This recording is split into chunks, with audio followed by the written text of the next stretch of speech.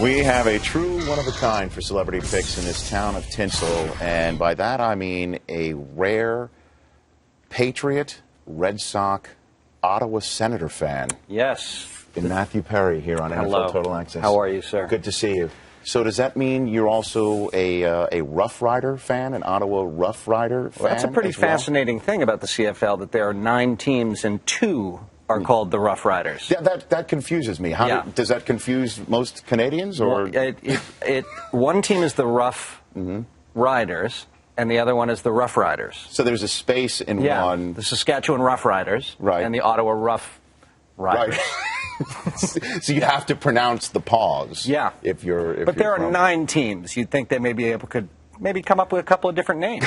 The Bunny Rabbits, anything different. Or the Bunny Rabbits, where there's no space between bunny and the Ottawa rabbits. Bunny Rabbits. Yeah, it doesn't have the same ring. The Patriots this year, they just whipped the Tennessee Titans in the snow, 59-0. Are you, as a fan, do you sit there wanting more points, or do you actually feel for the other team? Yeah, at a certain point, isn't there, I don't know how this works, but isn't there a certain point where they just go, okay, good sportsmanship, let's not score anymore? There must be a mercy rule in the National Football. Isn't there something like that? If there was one, I think we would have seen it enacted last week. As Brady was just tearing through it. Here's the thing that I like the most about Tom Brady. Okay, great quarterback, Super Bowls, all that stuff. But Tom Brady took a look at a pregnant Bridget Moynihan. Yes. And went, you know what, I can do better. I can do better than that. And then look what happened. He's got Giselle. Yeah. And now he's in London this week. Do you think the paparazzi's going to be all over him? Paparazzi will be all over him because he's, gorgeous and he's famous and he's, married to a... He's tough to root for, isn't he, Tom Brady? Yeah, but I root for him just because I know that my grandfather and my father are just so thrilled when the Patriots win. And then when they win Super Bowls, I mean, it must be, for somebody who grew up following the team, that must have been a strange feeling for Fantastic. You to see them win Super Bowls. It was great because as a Boston fan, in anything other than hockey in 1967 or something, they never won anything. Right. And then all of a sudden we got 3 or 4 years where Boston and the Red was winning Sox too. What's happened? Yeah. Did you do something? I think it was me. Did you do something? I think it was me. Did you change your hair or something like that? Did you do something like that? I'm not sure if me changing my hair would affect. Maybe. You never know. You have an opportunity to take this competition down. Okay.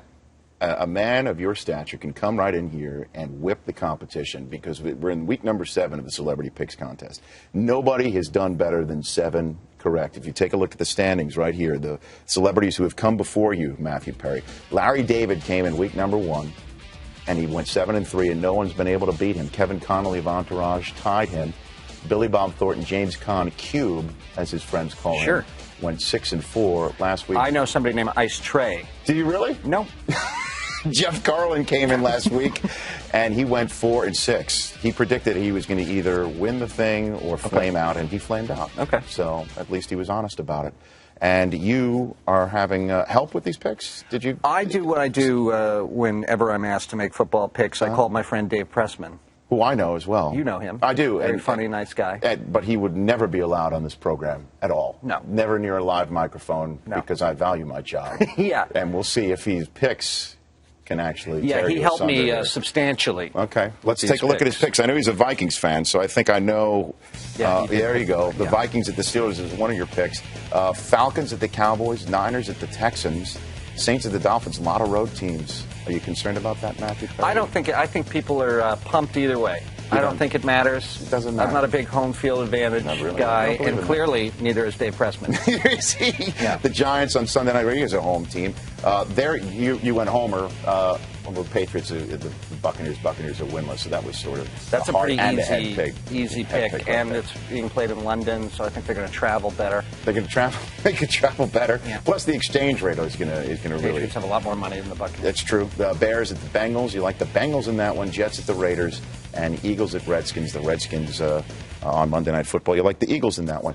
You've got a new sitcom that's soon to appear on ABC. It's about low to mid-level sports arena that you run. So you got a sports-themed television program. Yes, it's it just occurs to me how perfect you would be. So Oh, really? You'll get a phone call. What would would I sell? Would I be a vendor? You could be whatever. I would assume you're probably best at playing yourself, but you could play a different part if you want. Well, I could channel whoever you want me to channel. Okay. I really could do that. Yes, it's a show that takes place at a sort of third-rate sports arena, like the Third rate. Yes, I just rewrote your.